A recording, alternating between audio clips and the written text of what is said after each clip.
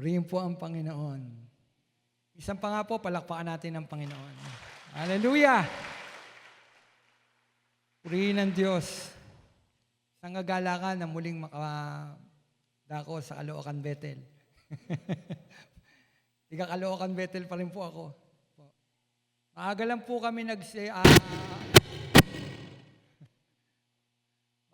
kami nagsisimula na sa Caloocan, sa Valenzuela dahil ubad ng init po noon, natatandaan niyo po noon.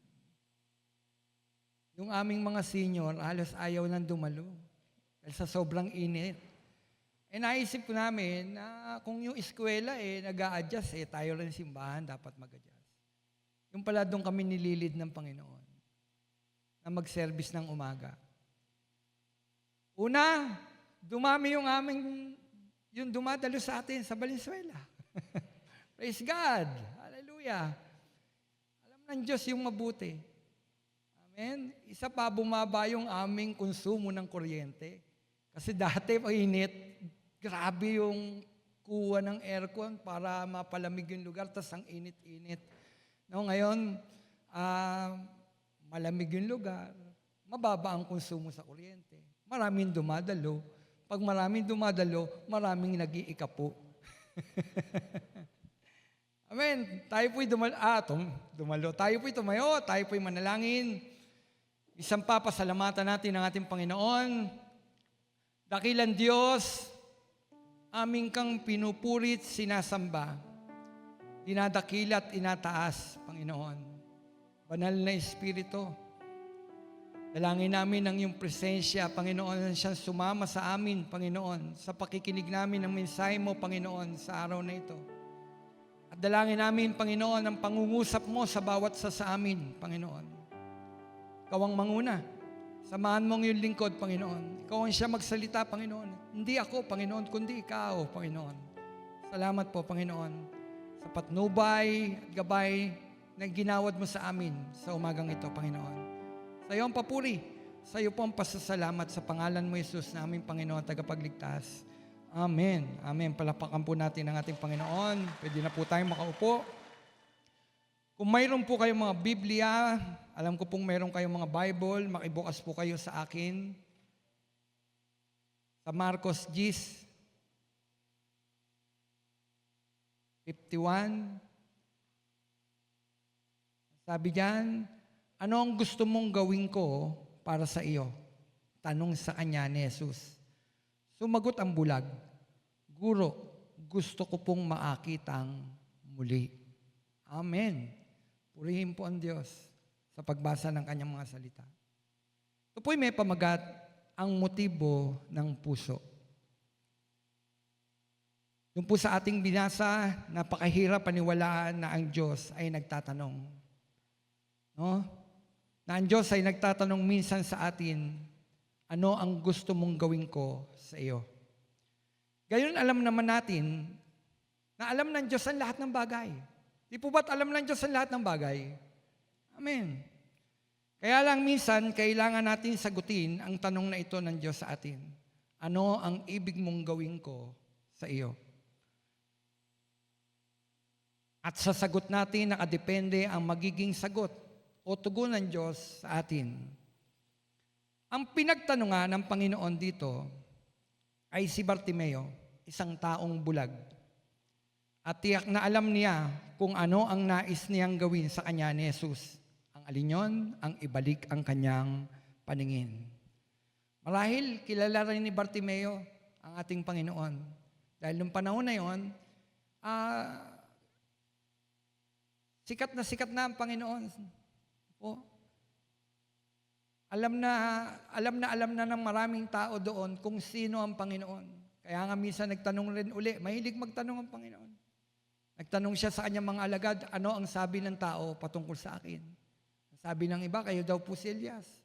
Sabi ng iba, kayo isa sa mga propeta.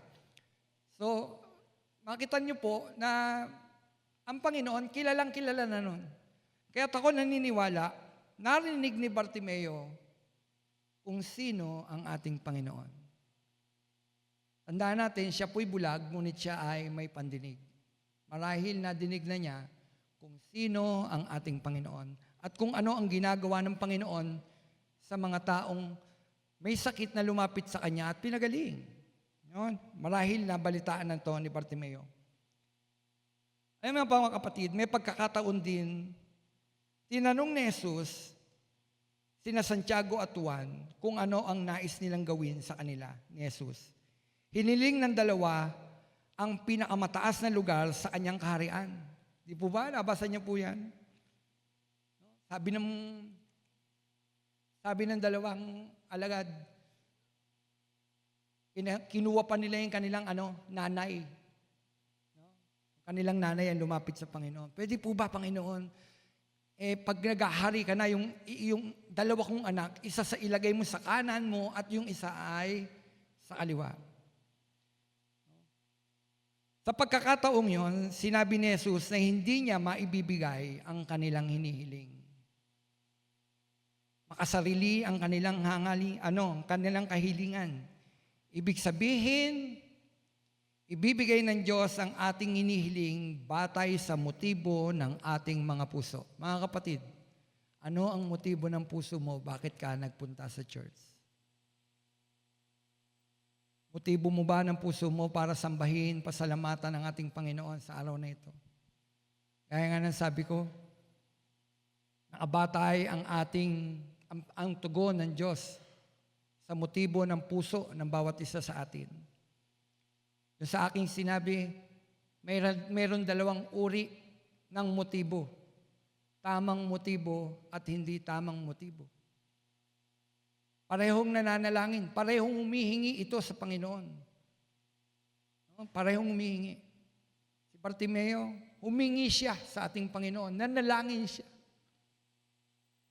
Meron ring nanalangin, dumulog sa ating Panginoon. Sabihin natin panalangin nila yun.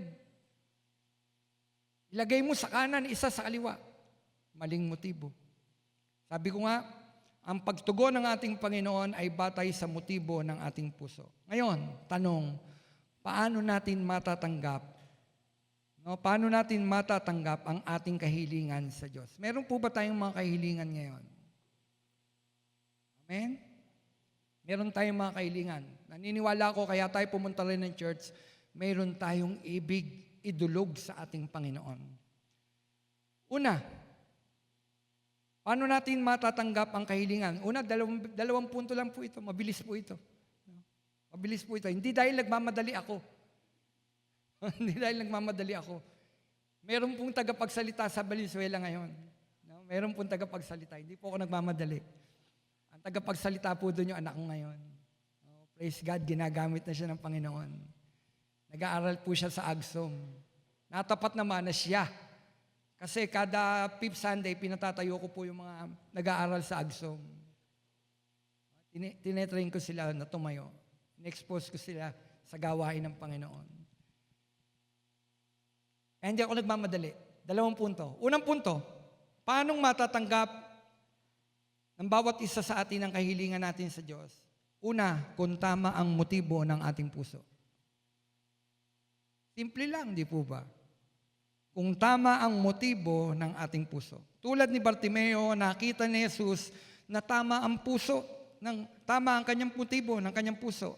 Ang sabi nga ng Marcos 10:47 hanggang 48, nang marinig niyang naroon si Jesus na taga Nazaret, sumigaw siya ng ganito, Jesus, anak ni David, mahabag po kayo sa akin. Pinagsabihan siya ng mga tao, pinatatahimik, ngunit lalo pa siyang nagsisigaw, anak ni David, mahabag po kayo sa akin. Mga kapatid, tingnan po natin yung sigaw ng isang taong tama ang motibo. Sabi ko nga po kanina, marahil narinig na niya kung sino ang Panginoon, kung ano ang ginagawa ng Panginoon sa may mga karamdaman. Nabalitaan na niya ito. Dinignan niya ito. Narinig na ni Bartimeo ito. Kaya ang sabi, nang nalaman ni Bartimeo na naroon si Jesus, sumigaw siya ng ganito, Jesus, maabag ka sa akin. Ano ang sigaw ni Bartimeo? Maabag ka. Maabag ka sa akin. Ano ang naging tugon ni Jesus kay Bartimeo? binalik ng ating Panginoon ang kanyang paningin. Alam niyo, dito sa tagpong ito, pinagbawalan siya eh. Bago ibinalik ng Panginoon yung kanyang paningin, bago tinugon yung kanyang panalangin, maraming tao ang nagbabawal sa kanya. Hinahadlangan siya sa kanyang ginagawa. Kaya sabi, nang marinig niyang naroon si Jesus na taga Nazaret, sumisigaw siya. Pinagsabihan siya ng mga tao, pinatatahimik. Pinatatahimik. Ang sabi, pinagsabihan siya ng mga tao. Pinatatahimik. Ngunit hindi siya tumahimik. Hindi siya tumahimik. Anong ginawa niya? Lalo siyang sumigaw. Lalong sumigaw si Bartimeo. Anong sigaw niya? Mabag ka sa akin. Jesus, anak ni David, mabag ka sa akin. Mabag ka sa akin. Sabi ko nga, may mga hadlang, tao ang hadlang. Ngunit walang hadlang sa isang taong tama ang motibo sa paglapit sa Diyos. Walang hadlang sa isang taong tama ang motibo ng paglapit sa Diyos. Hindi makasarili ang kanyang panalangin. Kaya ang ginawa ng Panginoon, ibinalik ng Panginoon ang kanyang paningin. Dahil sa sigaw niya, dahil sa sigaw niya daw na ito ay hindi ito nagpapakita ng kanyang pagiging makasarili, kundi ito'y sigaw ng kahabagan. No? Yung sigaw na yon, hindi pagpapakita na siya ay isang taong makasarili, kundi sumisigaw siya ng kahabagan sa ating Panginoon. Hindi niya agad sinigaw sa Panginoon, pagalingin mo ako, Panginoon. Hindi niya kinuha ang pansin ng Panginoon sa pamamagitan ng kagalingan agad. Minsan pag tayo lalapit sa Panginoon, kapag may karamdaman, Panginoon, pagalingin mo ako. Gusto ko pang mabuhay. Hindi naman masama yun. Tama naman yun. Kaya lang pansinin niyo, hindi yun agad ang sinabi niya sa Panginoon. Ang sigaw niya sa Panginoon, paghingi niya ng habag, awa. Bakit? Kasi mga taong nakapaligid sa kanya, pinagsasabihan siya, hindi siya kinaawaan. Huwag kang sumigaw. Huwag mo sigawan ng Panginoon. Manahimik ka. Marahil ang mga taong ito, pare-pareho silang mayroong pangangailangan sa Panginoon.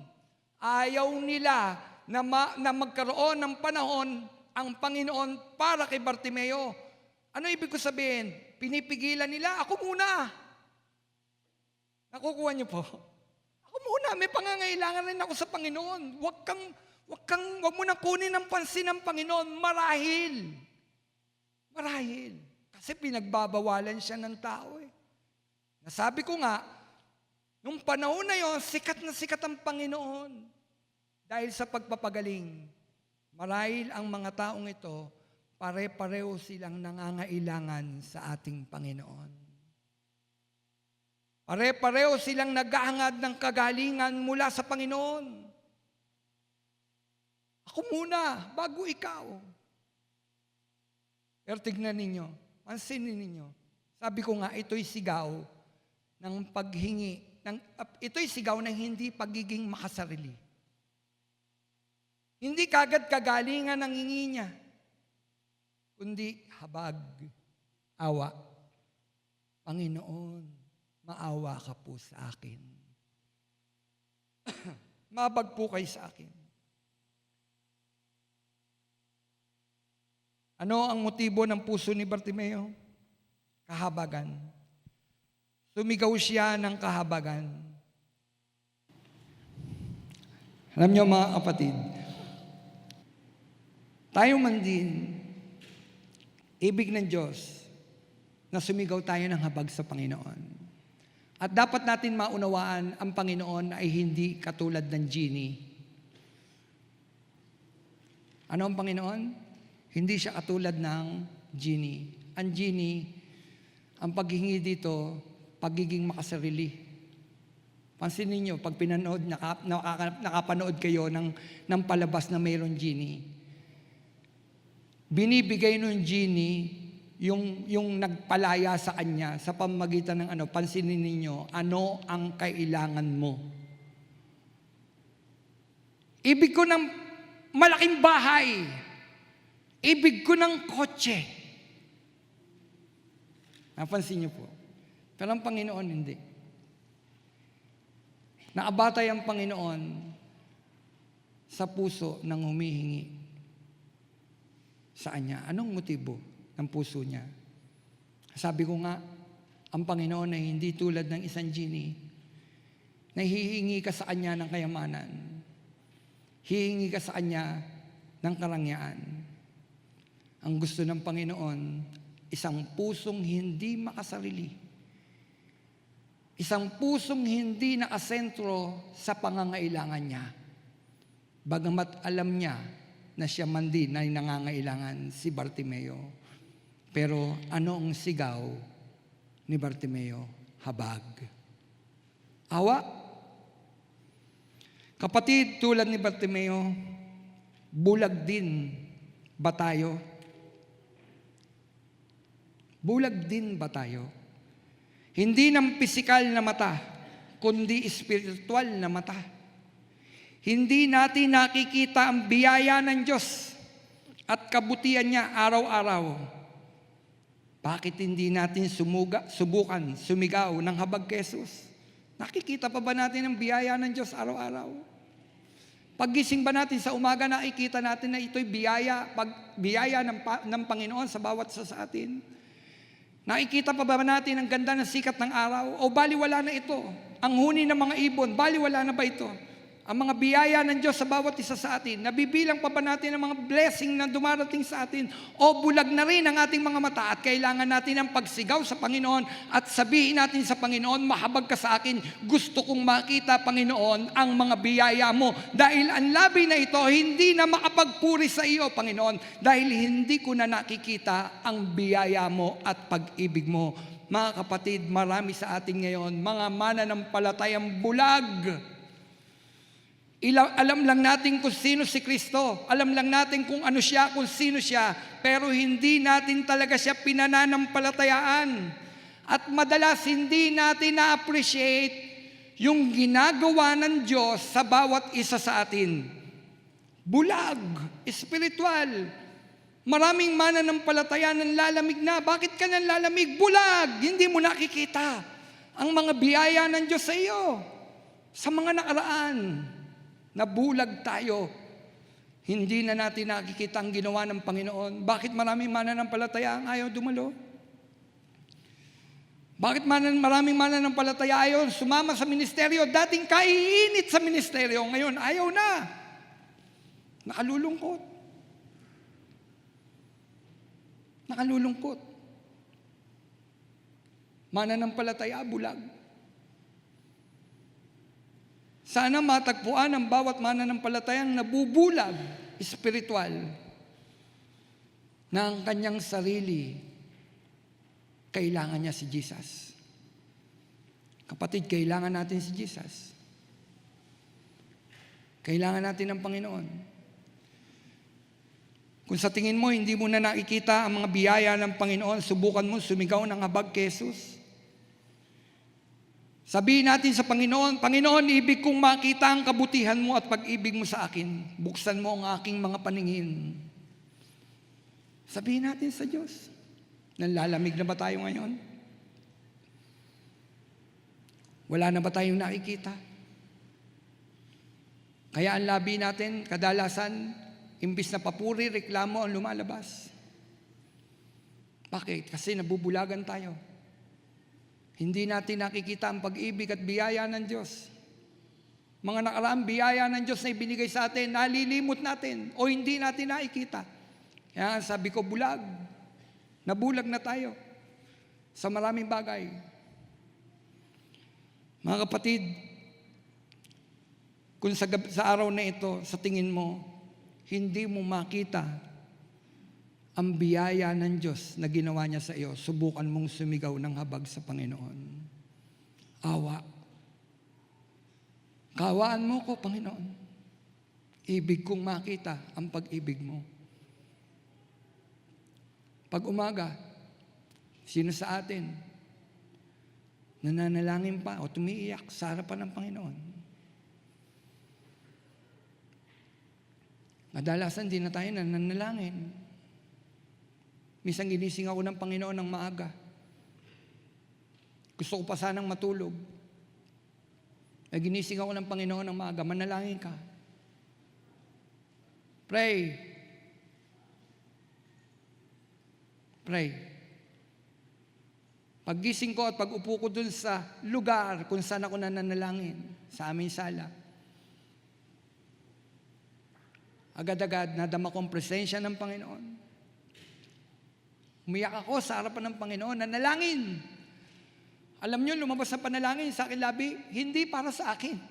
Dahil kadalasan kapag nananalangin ako, mali yung motibo ng puso ko, puro ako.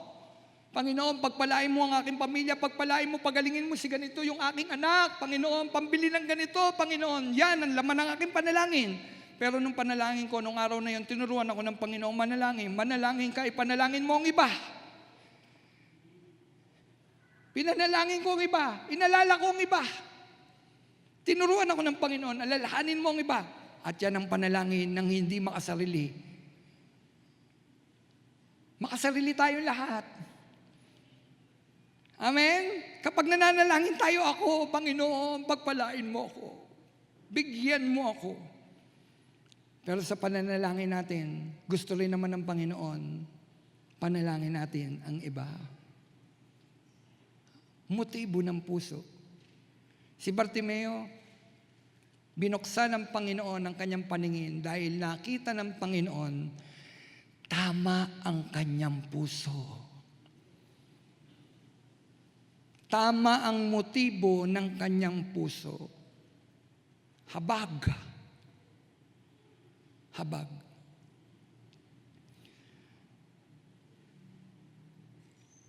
Sumigaw tayo mga kapatid. At makikita natin, bubuksan ng Diyos ang ating espiritual na mga mata. At makikita mo ang kanyang biyaya at pag-ibig kasi tama ang motibo ng puso natin.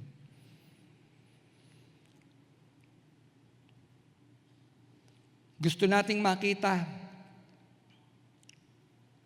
ang pag-ibig ng Diyos at kabutihan ng Diyos para mapapurihan natin ng Diyos. Para mapapurihan natin ng Diyos. At para masabi natin, dati tayong bulag. Dati tayong bulag. Ngunit ngayon nakakita. Bakit? Dahil binuksan ng Diyos ang ating mga espiritual na mata. Mga kapatid, huwag tayong bulag sa pag-ibig ng Diyos. Napakalaki ng pag-ibig ng Diyos sa bawat isa sa atin. Araw-araw. Napakalaki. At gusto ng Diyos makita ng bawat mata natin yung ginagawa niya sa bawat isa sa atin. At yun ang magtutulak sa atin upang sambahin, purihin ang Panginoon. Kapag binuksan na ng Diyos ang mata, ang ating mga espiritual na mata. At yun din ang magtutulak upang maglingkod tayo sa ating Panginoon. Amen. Ako madalas malungkot. Kapag yun nakikita kong dating mga aktibo sa church, ngayon hindi na aktibo. Nakakalungkot yun. Di po ba? Dati silang mga nakakita, tapos ngayon, nabulag. Nagsimula sa pagiging espiritual, magtatapos sa pagiging makalaman. Hindi, mga kapatid. Gusto ba natin na tugunin ng Diyos ang ating mga panalangin sa araw na ito? Gawin nating tama ang motibo ng ating mga puso. Amen?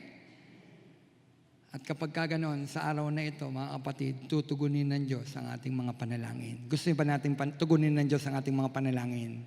O tamang motibo ng ating mga panalangin sa ating Panginoon. Pangalawa, para sa mga natutulog.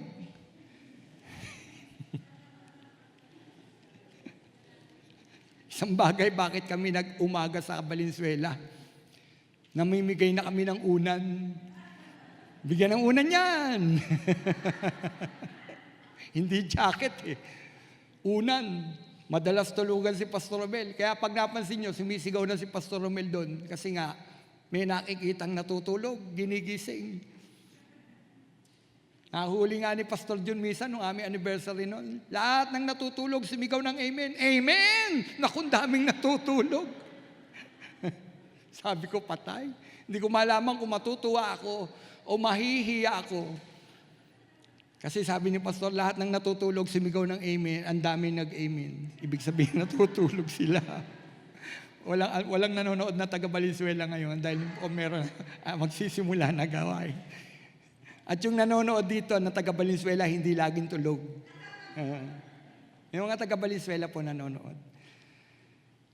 Amen. Pangalawa, paano natin makakamit ang kahilingan natin sa Diyos? Kung nananalangin tayo ayon sa kalooban ng Diyos. Amen. Siyempre, yun ang tama. Dapat kapag nananalangin ka, alam mo kung ano yung kalooban ng Diyos. Kalooban ba ng Diyos yan? Kasi minsan nananalangin tayo hindi ayon sa kalooban ng Diyos. Tandaan natin, laging nakadepende ang sagot ng Diyos kung ano ang kalooban niya. Hindi yung kalooban natin. Amen?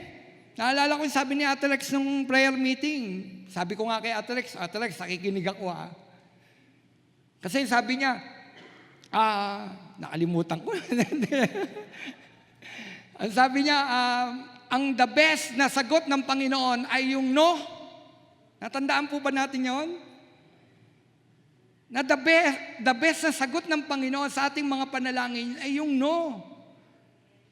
Kasi bakit? Kasi doon alam ng Diyos kung ano yung makabubuti sa atin. Yun ang sabi ni Ate Lex.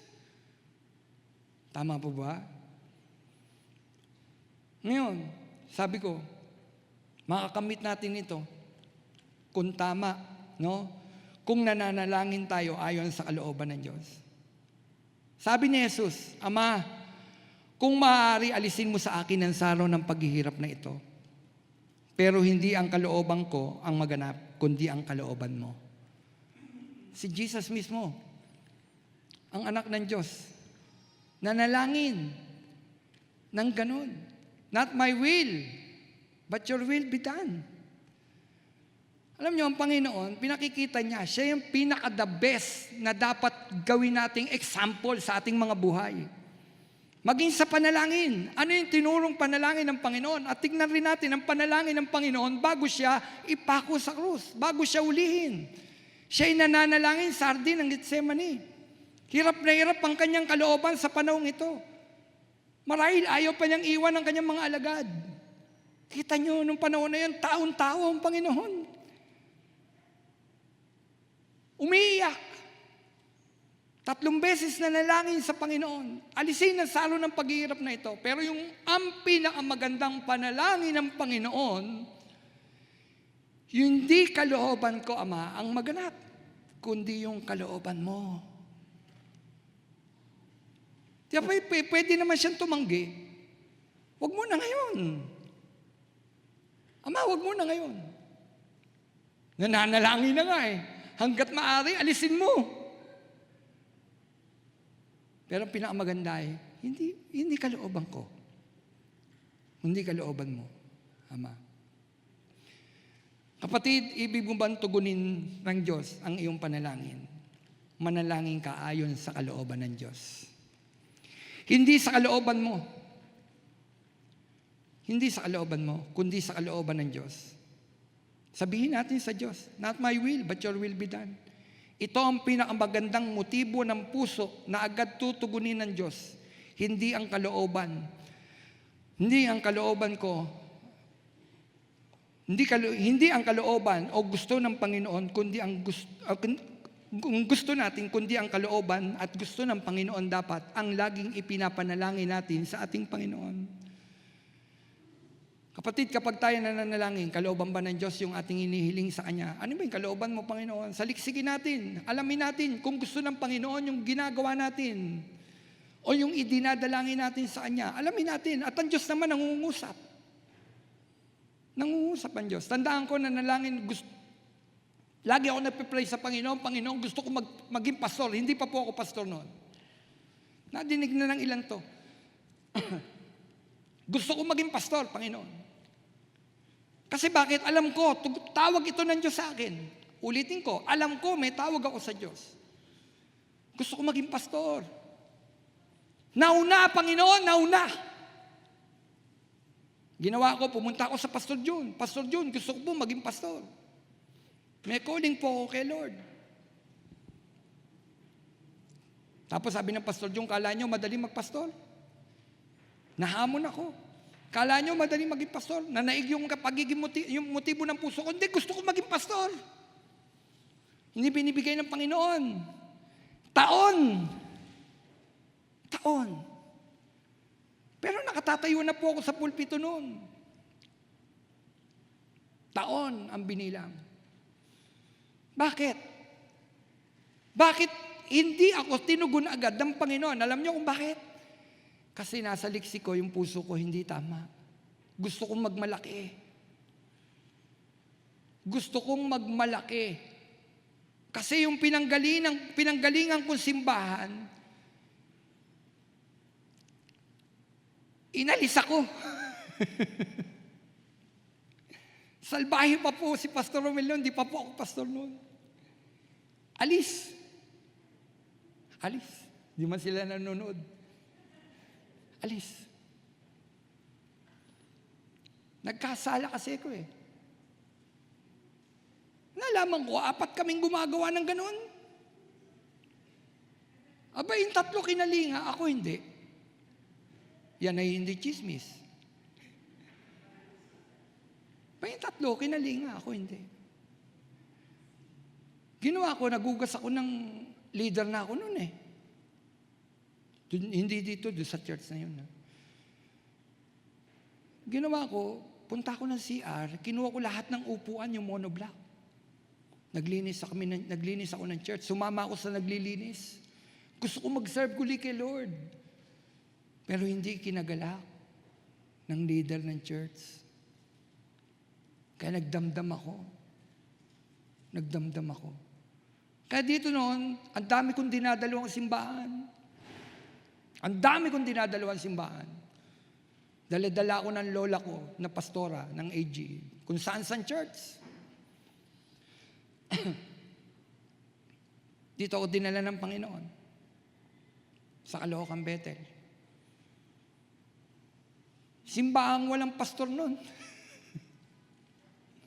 Dito ako dinala ng Panginoon.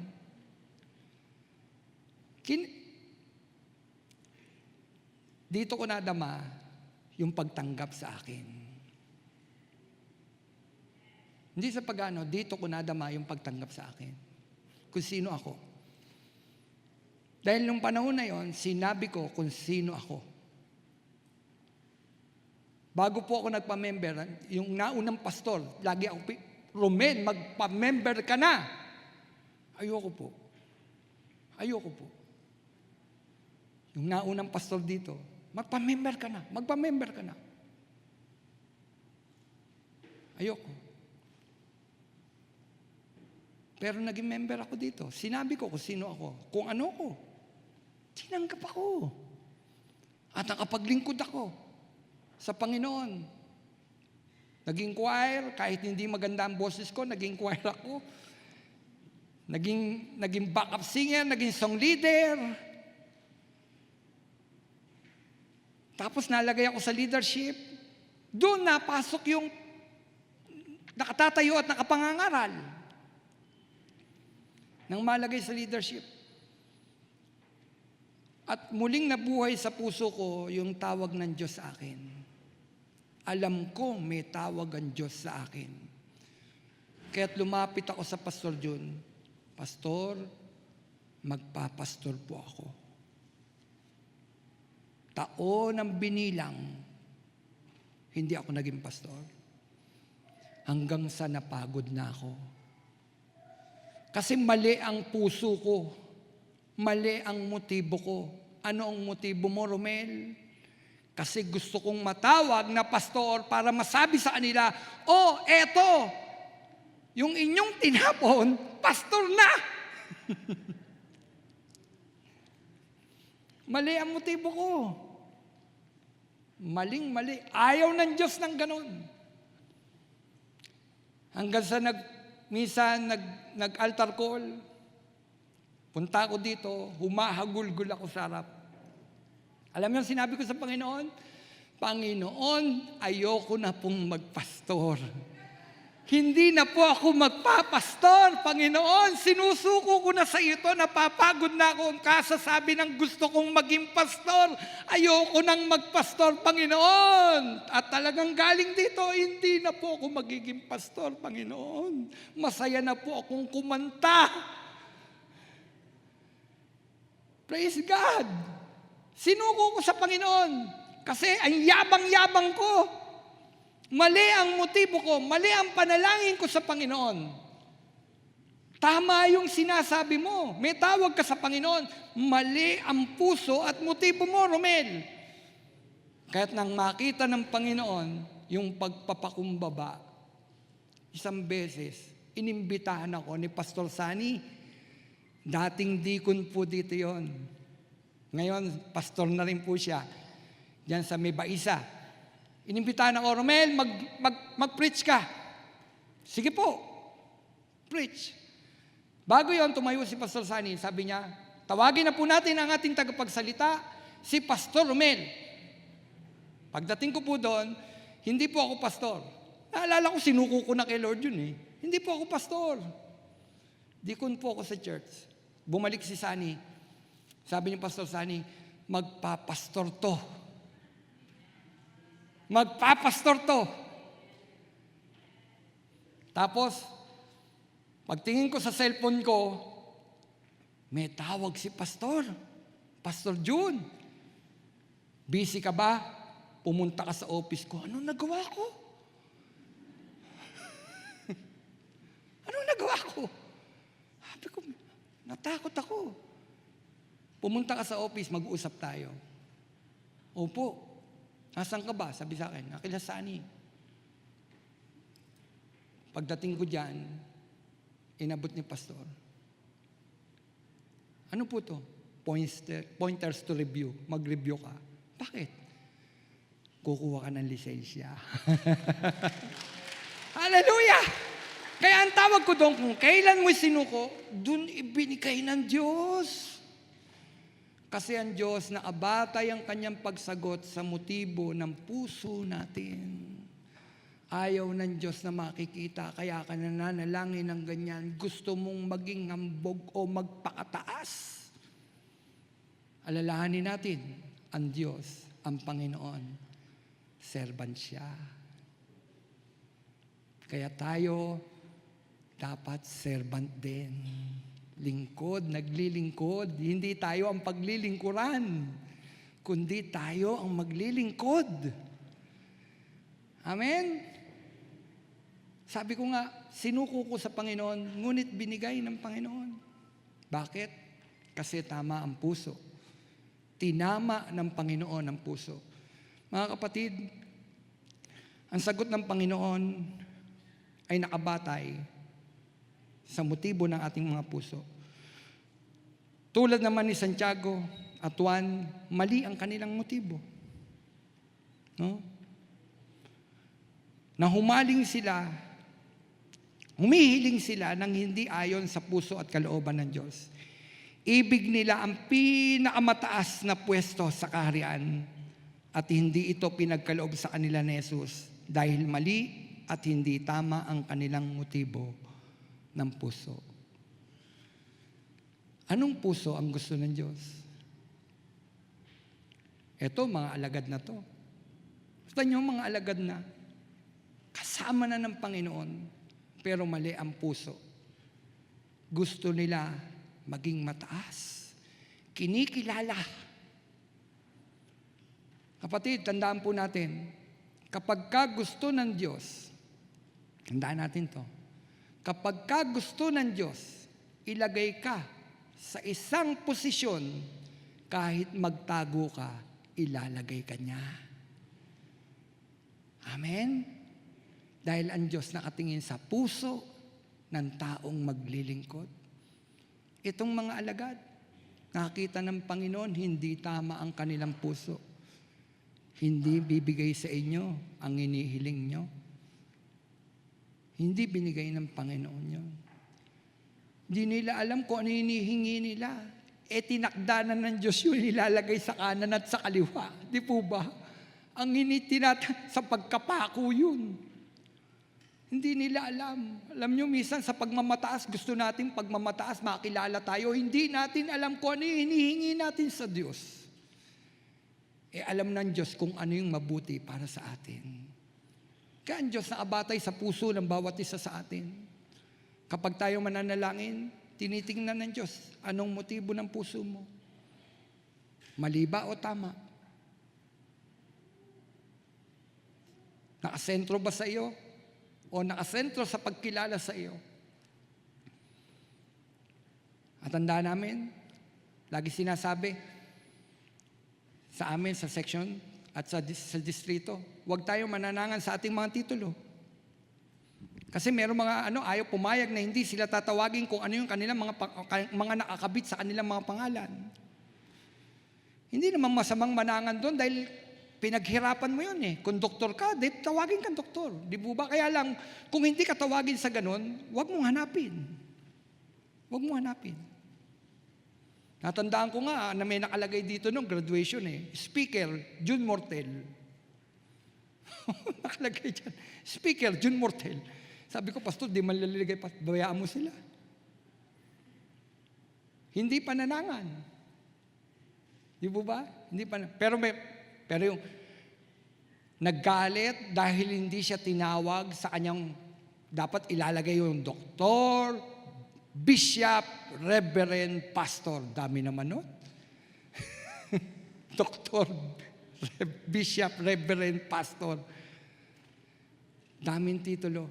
Lahat ng yan ay nakakalulang mga titulo at nakapagpapayabang sa bawat mananampalataya na tayong dapat mga mananampalataya, hindi dapat nananangan sa mga titulo na ating nakamit. Tawagin ka o hindi, okay lang. Okay lang. Amen? Mas magandang tawagin tayo at makilala tayo kung ano ang Diyos, kung ano si Jesus. Ano ba si Jesus?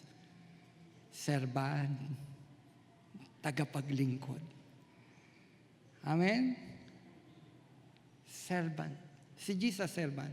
Kapatid, servant ka ba? Ulitin ko, ang Diyos na abatay sa puso ng bawat isa sa atin. Sa motibo ng puso mo, puno na ba ng pagpapakababa ang puso mo sa umagang ito? Meron ka bang kahilingan na ibig mong makamit? Tinitingnan ng Diyos. Nakikita ba niya? Kitang-kita. Puno ba ng kayabangan, paghahambog, o punong-puno ng pagpapakababa sa harapan ng Panginoon? Kapatid, simple lang naman ang mensahe ng Diyos sa araw na ito. Di po ba? Daling unawain naman nun. Ano? Gusto mong tugunin ng Diyos ang panalangin mo? Magpaababa ka sa Kanya. Paababa ka. Dulog mo sa Panginoon. Suriin natin, baka may mga pinapanalangin tayo na hindi binibigay ng Lord. Na alam mo na tama naman ang motibo. Alam mo, tama. Alam mo, kalooban ng Diyos yun. Bakit hindi binibigay ng Panginoon? Hanggang ngayon, baka naman mali ang motibo natin. Bakit hindi binibigay? Pero alam mo, kalooban ng Diyos yun. Amen? Alam mo, kalooban ng Diyos yun. Alam mo, nananalangin ako. Panginoon, paramihin mo yung aming simbahan. Dumami ng dumami. Magkaroon kami ng third service. Hindi binibigay ni Lord. Bakit? Gusto mo maghambog. Gusto ba ng Panginoon na marami ang dumalo sa church? Gusto, di ba? Kalooban ng Panginoon. Maraming maligtas. Kaya ba't hindi binibigay ng Panginoon? Mali motibo. Gusto mong makipag-compete. Gusto mong makita na mega church ka. Kilalanin ka as mega church. Kapatid, hindi ganon. Anong puso natin sa araw na ito? Hindi ko alam kung ano laman ng puso natin. Pero ang Diyos, saliksik ng Diyos ang puso natin. Bakit hindi natin tularan si Bartimeo sa araw na ito? Sumigaw ka ng habag sa Panginoon. Awa. Ang sabi ni Lord, nang makuha na niya yung pansin ng Panginoon, kasi sumisigaw siya. Panginoon, anak ni David, mahabag po kayo sa akin. Pinagbawalan. Ano sabi ng Panginoon? Tingnan natin sabi ng Panginoon. Ito na po yung huli para sa mga natutulog na gising na. Tumigil si Jesus at kanyang sinabi, dalhin niyo siya rito. Ano sabi? Tumigil si Jesus at kanyang sinabi, dalhin niyo siya rito. At tinawag nga nila ang bulag. Lakasan mo ang iyong loob, tumayo ka, pinatatawag ka ni Jesus. Sabi nila, kapatid, pag nakita ng Panginoon, tama ang puso mo, hihinto siya. Hihinto siya. Lapit. Ano ang kailangan mo, anak? Tama ba ang motibo ng puso mo sa araw na ito? Tanong ng Diyos, ano ang kailangan mo? Sige po, ngayon, tinatanong tayo ng Panginoon, hindi si Pastor Mel, ano ang kailangan natin sa Panginoon? Ano? Alam ko, alam ninyo. Pwede po ba tayong tumayo?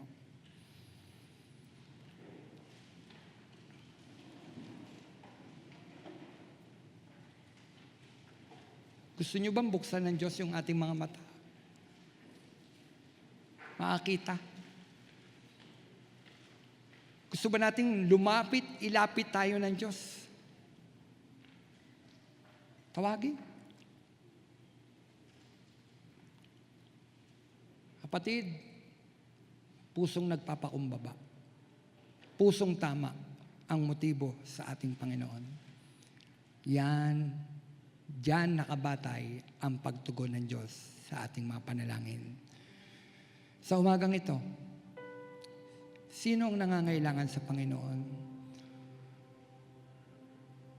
Pwede po dito. Pwede po dito.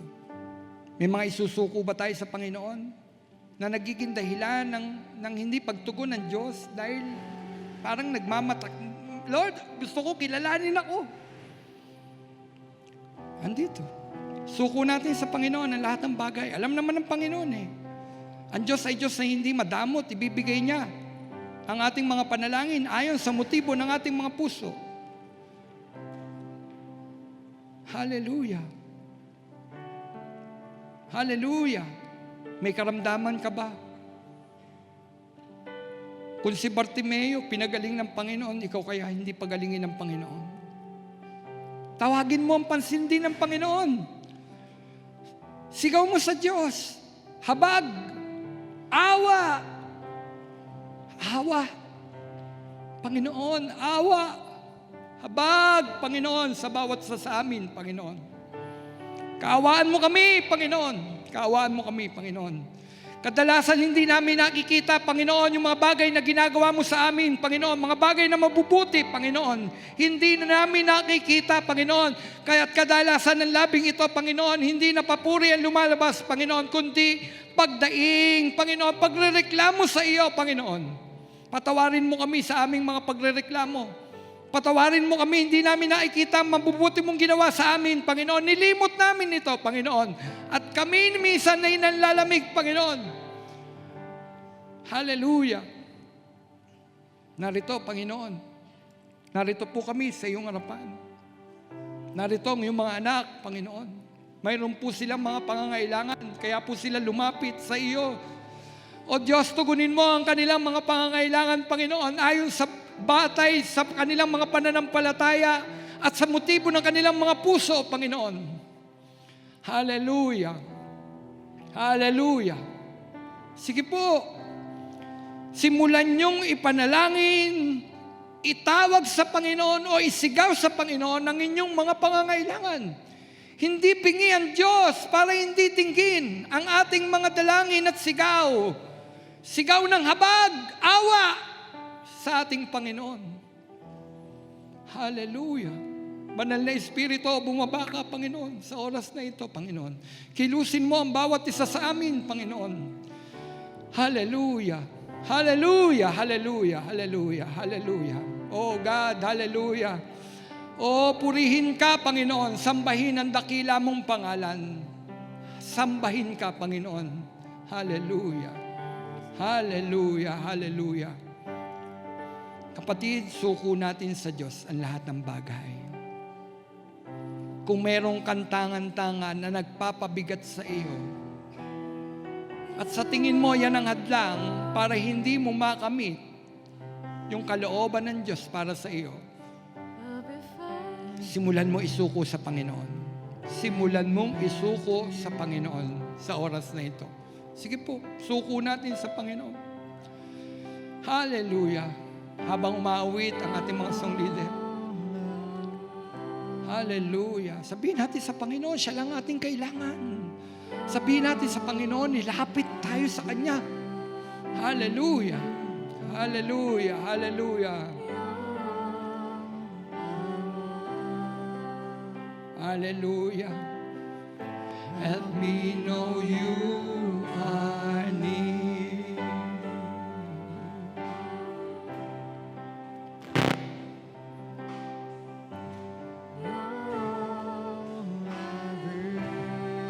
You're all I want. You're all I ever needed. You're all I want.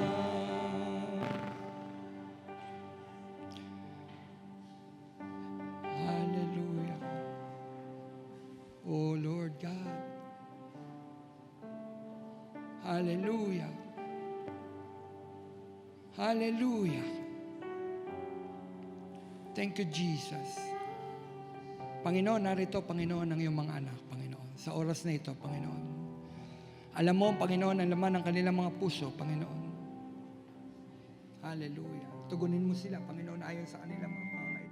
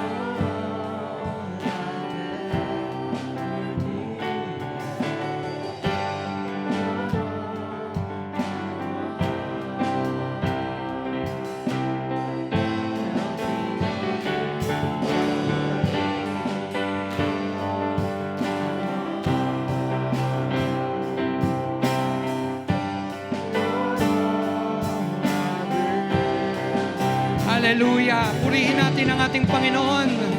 Purihin natin ang Panginoon. Sambahin natin ang Panginoon, ang ating dakilang Diyos.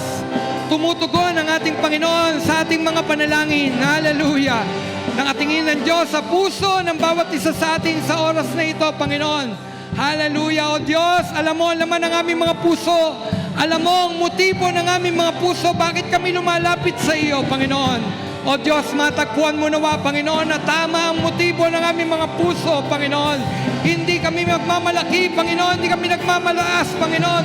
Kundi ang ibig namin, Panginoon, ay habag. Awa mo, Panginoon, ang hiling namin, Panginoon.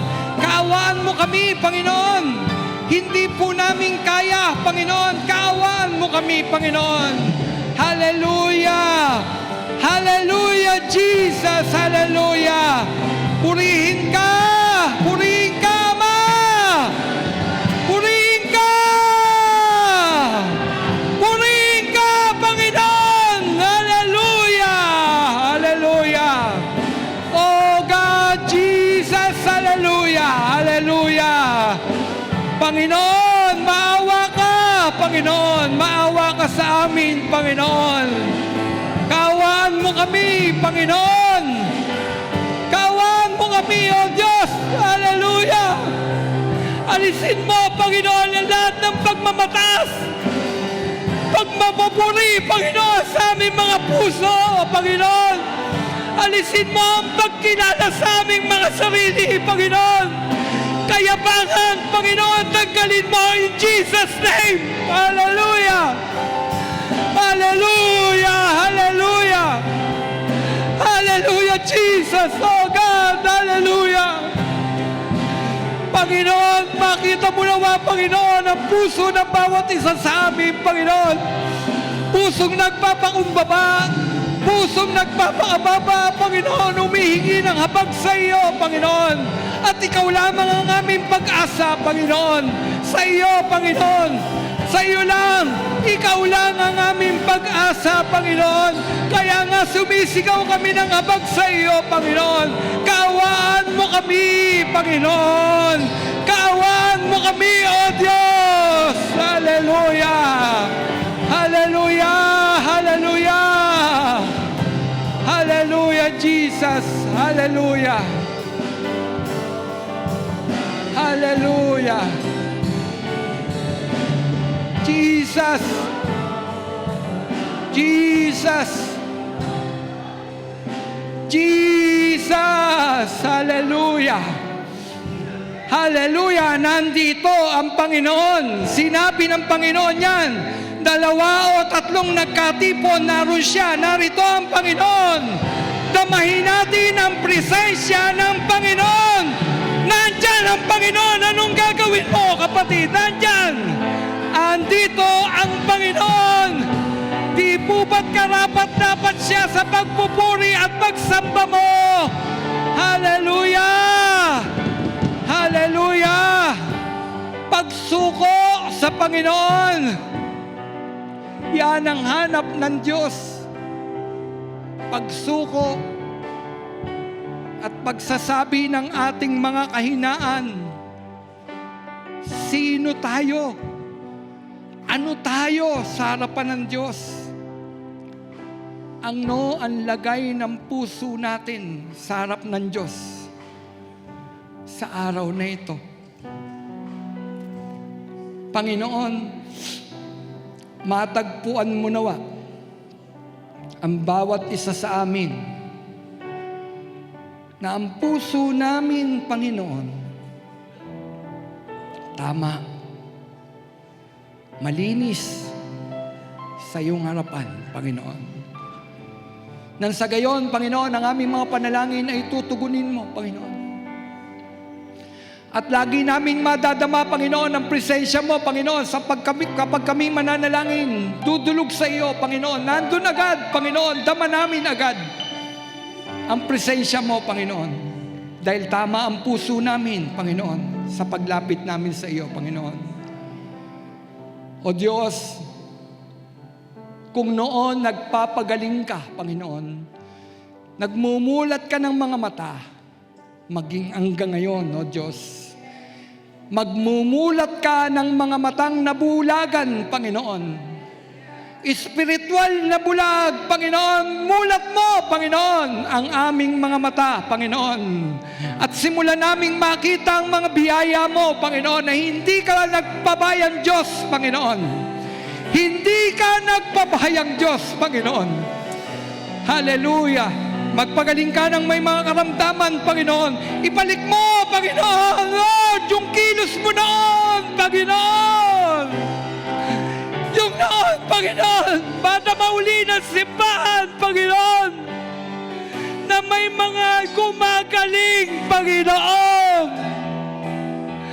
Hallelujah. Revive us, O God. Revive us, Lord. Hallelujah. Panginoon. Panginoon. Gaya noon.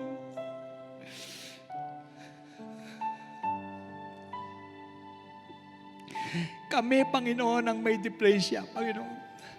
Masyado kaming nalibang, Panginoon, sa mga bagay na nasa paligid namin, Panginoon. Kaya hindi ka na kumikilos, Panginoon, halos, Panginoon. Dahil nakabatay na ang aming mga mata, Panginoon, sa mga bagay na nandito sa lupa, Panginoon. Kaya hindi namin makita ang mga gawa mo, Panginoon. Minsan pa, Panginoon, ipakita mo sa amin ang iyong kapangyarihan, Panginoon. Minsan pa, Panginoon, ipakita mo, ipadama mo sa amin na mayroon kaming isang Diyos na makapangyarihan sa lahat. At yan, Panginoon, ang madarama namin, Panginoon, at magsisimula, Panginoon, O Diyos, ang pagkilos mo sa bawat isa sa amin, sa buhay ng bawat isa, Panginoon, sa aming mga pamilya, sa aming mga pinupuntahan, Panginoon, Lord God. Hallelujah. Kilos at galaw mo, Panginoon, ang siyang makikita, Panginoon. Salamat, Panginoon. Mayroon kaming Diyos na tulad mo. Nahahabag sa humihingi ng habag. Nagpapatawad sa humihingi ng kapatawaran, Panginoon. Salamat po, Panginoon. Salamat po. Salamat po. Salamat po. Meron po ba ditong merong may sakit? Taas po ang kamay. Yung merong may sakit. Sige po. Amen. Simulan niyo po. Gaya ng pagsigaw ni Bartimeo. Sigaw ng habag sa Panginoon. Sige po. Simulan po natin. Hallelujah.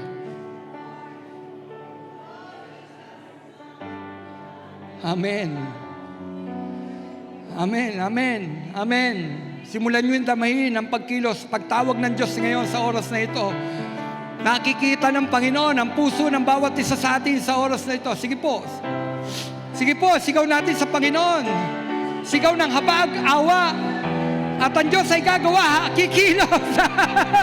Oh, God! Oh, God! Woo! Thank you, Lord! Oh, oh, God! Jesus! Jesus! Oh, God! Pagalingin mo, may karamdaman, Panginoon! Jesus' name! In Jesus' name, oh God! Amen! Amen! Amen! Woo! Thank you, Jesus! Hallelujah! Oh God! Hallelujah! Oh God! Panginoon, nasa tabi ka namin, Panginoon. Hallelujah. Hinihipo mo ang bawat isa sa amin sa oras na ito, Panginoon. Salamat po, Panginoon. Yan po ang aming pananampalataya, Panginoon. Thank you, Jesus. Thank you, Lord.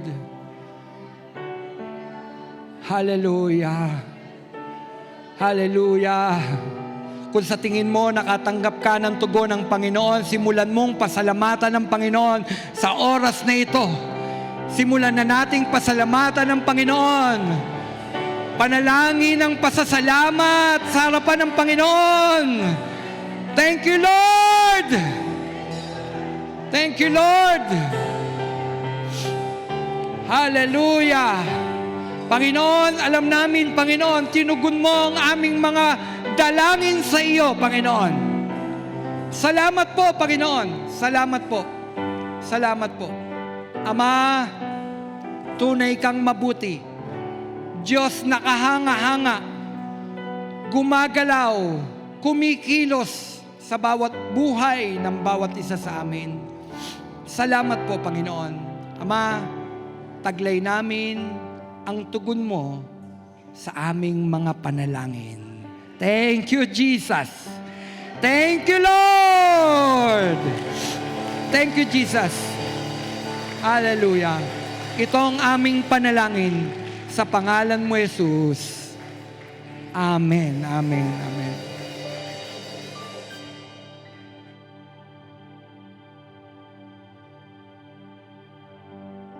Let us pray, tayo manalangin. Hallelujah, hallelujah, hallelujah. Napakabuti mo. Panginoon, once again, we want to tell you, we want to ask of you, have mercy on us. Panginoon Diyos, salamat po, Panginoon, sa iyong mensahe, sa iyong katuruan sa bawat isa sa amin, O Diyos, na sa bawat sa aming paglapit sa inyo, ay hingin namin, Panginoon, ang iyong habag. We need you, and we need your mercy. Panginoon, salamat po sa iyong paalala na sa aming pagtulog sa inyo, sa araw-araw na aming panalangin, magkaroon kami ng pusong tama, pusong naaayon sa iyong kalooban at pusong tama ang motibo. Salamat po sa iyong mensahe, sa iyong kalakasan sa umagang ito, Panginoon. O Diyos, patuloy mo pagpalain ang mensahero mo, ang Pastor Romel, tugunin ang lahat ng kanyang pangangailangan. Pagpalain niyo po siya, maging ang kanyang buong pamilya, ang kanyang ministeryo, Panginoon. Lord, salamat din po, Panginoon, sa aming pagdulog. Alam namin, tinugon mo na kami. Purihin ka. Hallelujah. Salamat po, Panginoon. O Diyos, sa aming pansamantalang paghiwa-hiwalay, ay aming patuloy na hiling ang iyong pag-iingat sa bawat isa sa amin. O Diyos, at sa aming mga patuloy na humaharap sa mga samut-saring mga hamon sa buhay, O Diyos, ay patuloy naming hiling, Panginoon, ang iyong patnubay at gabay sa amin. Bigyan mo kami ng iyong mga salita upang maghari sa aming isip at ang iyong habag, Panginoon, maging ang iyong pag-ibig na siya mag-uumapaw sa aming puso, Panginoon. Ingatan mo kami, bawat isa sa amin, sa aming pansamantalang paghiwa-hiwalay. Salamat po, O Diyos, sa iyo ang papuri, kaluwalhatian, sa iyo lamang karangalan. We worship you, O God. All this we ask in Christ Jesus' name we pray. Amen, amen, and amen. Taas po natin ang ating mga kamay. Sa inyo na mga Kristiyanong tama ang puso at motibo, ang puso sa Panginoon. Tanggapin nyo ang biyaya, pag-ibig, habag ng Diyos ang masalangit, pagliligtas, pagpapagaling ng Diyos Anak, pakikipisan at kaaliwan, kapuspusan ng Diyos Espiritu Santo ngayon at magpakailanman. Amen. Amen. God bless you po, mga kapatid.